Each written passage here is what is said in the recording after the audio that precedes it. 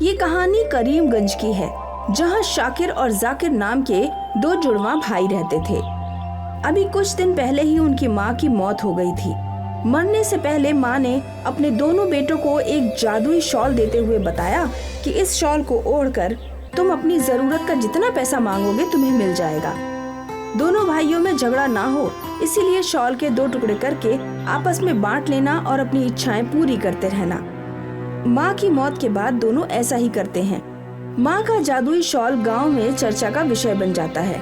चौपाल में बैठे सभी लोग इस जादुई शॉल के चमत्कार की बात करते हैं। माँ के आशीर्वाद से दोनों भाइयों की तो किस्मत खुल गई है। ये आशीर्वाद नहीं, जादुई शॉल का कमाल है। इस शॉल से दोनों के दिन फिर गए। छोटा भाई जाकिर ने तो अपना हुलिया ही बदल लिया, झोपड़ी महल बन गई। उसकी पत्नी महंगे कपड़े और महंगे गहनों से सज गई है। लेकिन शाकिर ने ऐसा कुछ नहीं किया। वो पहले की तरह अभी भी सादगी से जीवन जी रहा है। शाकिर ने अपने लिए कुछ नहीं किया, लेकिन गांव वालों के लिए बहुत कुछ किया। जादुई शॉल के पैसे वो लोगों की मदद में खर्च कर रहा है। लेकिन जाकिर तो स्वार्थी हो गया।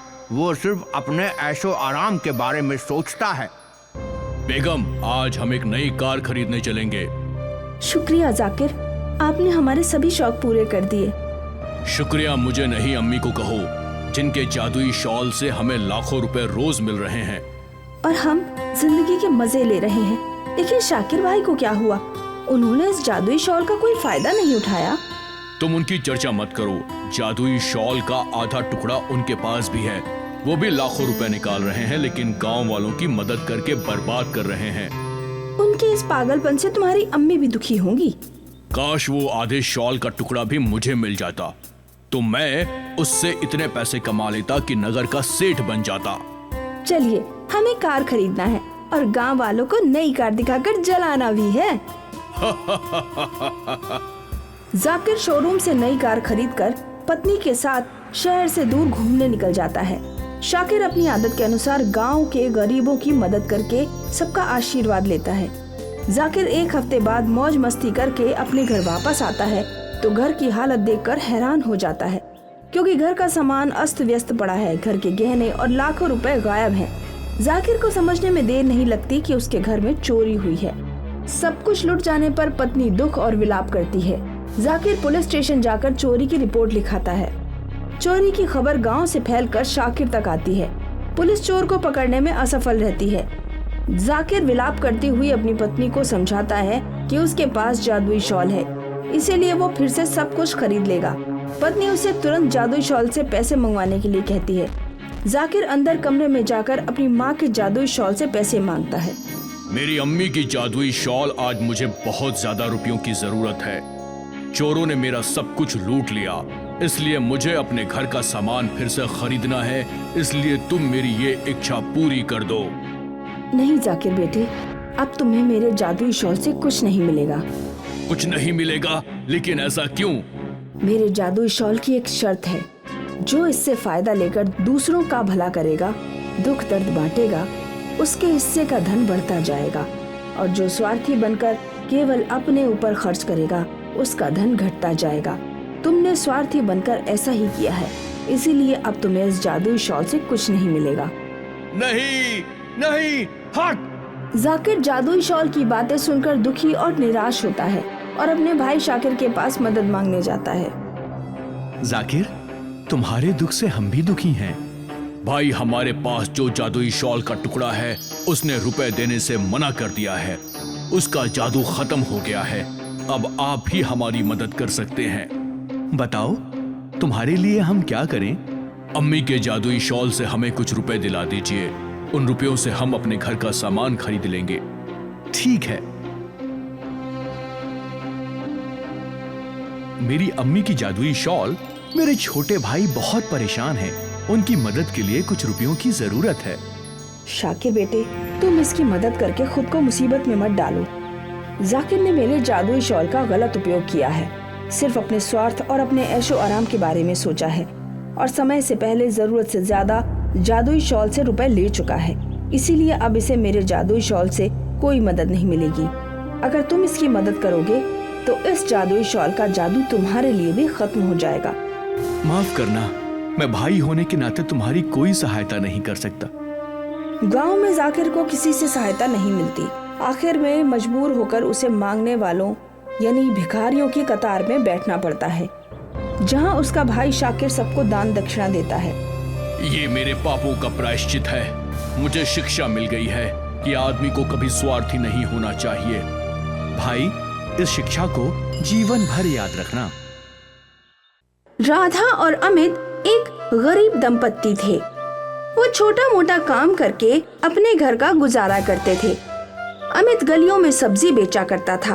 कभी तो सब्जी बिकती और कभी नहीं बिकती थी। वो इतने गरीब थे कि उनके पास बिछाने के लिए बिस्तर भी नहीं था। दोनों जमीन पर ही सोया करते थे। ना जाने गरीबी कब जाएगी राधा। मैंने तुमसे शादी करके तुम्हें भी दुख दिए हैं। मैं तुम्हें कोई भी सुख नहीं दे सकता। ऐसा कुछ नहीं है, तुम्हारा साथ है तो सब कुछ है मेरे पास। अगर तुम साथ हो तो मैं हमेशा खुश हूँ। मुझे कुछ नहीं चाहिए। देखा ना, मैं इतना भी नहीं कमा सकता कि एक बिस्तर तुम्हारे लिए ले सकूं। तो क्या हुआ, हम धरती माँ की गोद में सोते हैं। इससे अच्छा बिस्तर और क्या हो सकता है। अमित उदास हो जाता है। एक दिन वो सब्जी बेचने जाता है तो उसकी सब्जी भी नहीं बिकती और तेज बारिश हो जाती है। वो अपनी सब्जी की रेहड़ी लेकर घर आ जाता है। अरे, आज तो वैसे ही सब्जी नहीं बिकी थी, ऊपर से इतनी तेज बारिश। आज का तो पूरा दिन ही खराब है। कोई बात नहीं, आज शायद ईश्वर को यही मंजूर है कि हम भूखे पेट सो जाएं। तभी इतनी तेज बारिश हो रही है। उसके आगे तो हमारी चल नहीं सकती ना। आज भी पानी पीकर ही सो जाएंगे। राधा, तुम इतनी सकारात्मक कैसे सोच लेती हो? हर चीज में तुम खुशी ढूंढ लेती हो। अब हम कुछ कर भी तो नहीं सकते हैं ना, गुजारा तो करना ही पड़ेगा। अमित राधा सर पकड़कर बैठ जाते हैं और सोचने लगते हैं। तभी एक आदमी आता है और दरवाजा खटखटाता है। कौन है? मैं हूँ, एक तकिया बेचने वाला। क्या चाहिए तुम्हें? मैं एक तकिया बेचने वाला हूँ और बाहर बहुत तेज बारिश हो रही है, जिसकी वजह से मेरे सारे तकिया भीग गए हैं और मुझे बहुत नुकसान हो गया है। क्या तुम्हारे यहाँ से एक पन्नी मिल सकती है जिससे मैं अपने सारे तकियों को बचा सकूं? हाँ हाँ, क्यों नहीं। और हमारे पास बचा ही क्या है, एक पन्नी है जो छत टपकते वक्त हम काम में लेते हैं। उसे तुम रख लो, नहीं तो तुम्हें बहुत नुकसान हो जाएगा।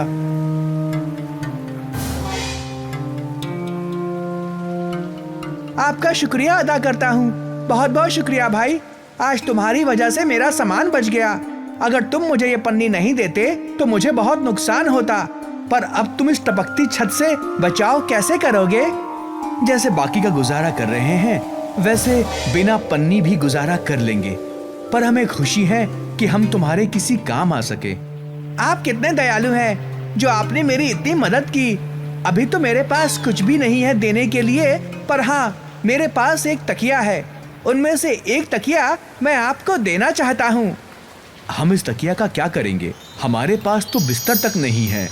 मैं वैसे तो आपकी मदद नहीं कर सकता, पर जो मेरे पास है वो मैं आपको देना चाहता हूँ। उम्मीद करता हूँ आपको अच्छा लगेगा। और आदमी तकिए को अमित को दे देता है और वहाँ से चला जाता है। अब राधा कहती है, कोई बात नहीं, बिस्तर नहीं तो तकिया ही लगाकर तसल्ली कर लेंगे। कुछ तो मिला ना सोने के लिए। राधा अब तकिए पर जो भी सोचकर सोया करती वो पूरा हो जाया करता। ये देखकर वो चौंक जाती थी। एक रात जब राधा तकिए पर सो रही थी तभी उसे सपना आया कि कॉलोनी में भीड़ लगी हुई है और पानी नहीं आ रहा है। राधा जब सुबह उठती है, शायद आज पानी नहीं आएगा, मुझे पहले ही भर लेना चाहिए।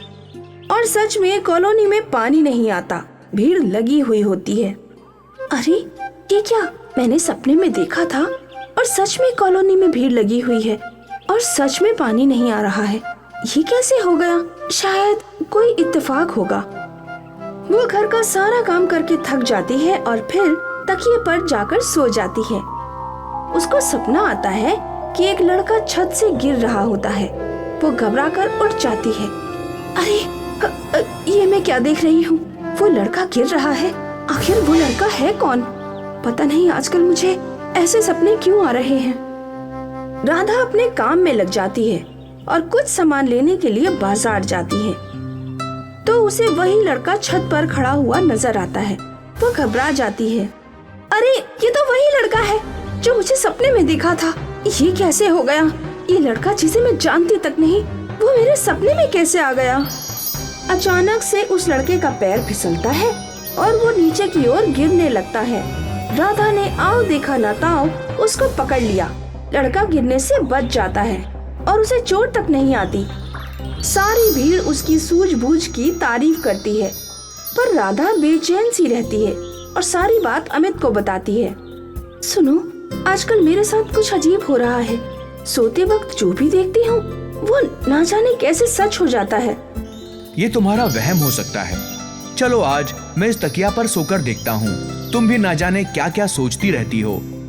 उस रात अमित तकिए पर सो जाता है और अमित के साथ भी वैसा ही होता है। वो सपने में देखता है कि आज उसकी सब्जी बहुत अच्छे दाम पर बिकी है और असल में उसकी सारी सब्जी अच्छे दामों पर बिक जाती है। अमित घर आकर राधा को बताता है। राधा देखो, आज मेरी सारी सब्जी अच्छे दाम पर बिक गई है। अगर ऐसे ही चलता रहा तो हमें मुनाफा होगा और हम अपने दिन सुधार लेंगे। रात को तुमने सपना क्या देखा था इस तकिए पर? अरे हाँ, रात में मैंने सपना यही देखा था कि मेरी सब्जी ऊंचे दाम पर बिक रही है और सारी सब्जी खत्म हो गई है। तो जो तुमने देखा वही सच हुआ ना? अरे ये तो मैंने सोचा ही नहीं। सच में इस तकिए में कुछ तो बात है। हाँ, इस तकिया पर सोते वक्त जो भी देखा जाता है वो सच हो जाता है। अरे ये कैसा जादुई तकिया है? अच्छा है ना, इससे हम आने वाली मुसीबतों का पहले से पता लगा सकेंगे और उसका निवारण भी कर सकेंगे। अब अमित और राधा आने वाली परेशानियों को पहले से ही भांप जाते थे और उनकी मुसीबत बनने से पहले ही सही कर देते थे। सब उनकी तारीफ करने लगे। धीरे धीरे अमित और राधा प्रसिद्ध हो गए। एक बार उनका पड़ोसी राजेश ये बात जानकर कि तकिया जादुई है, उसे चुराने आता है। ये क्या? कल तक तो सब्जी बेचा करता था और जिसके यहाँ खाने के भी लाले पड़े हुए थे, आज सब उसकी तारीफ करते हैं। इसका तो अपना मकान भी है, वो भी इस तकिए की वजह से। मैं ये तकिया इसके पास नहीं रहने दूंगा। जैसे ही राजेश तकिए को हाथ लगाता है, तकिया अपना आकार बढ़ा लेता है और उसके ऊपर गिरने लग जाता है। राजेश डर के मारे भाग जाता है। जब वो भाग रहा होता है, अरे राजेश, तुम यहाँ क्या कर रहे हो और तुम इतना घबराए हुए क्यों हो? रुको तो सही, कहाँ भागे जा रहे हो? मुझे माफ कर दो अमित, मैं तुम्हारा जादुई तकिया चुराने आया था, पर वो तो सच में ही जादुई है। उसने मुझे अच्छा सबक सिखा दिया। आज के बाद मैं कोई चोरी नहीं करूँगा। अमित समझ जाता है कि तकिया दूसरों की रक्षा करने के साथ साथ अपनी रक्षा भी कर सकता है और वो निश्चिंत होकर सबकी मदद करता है।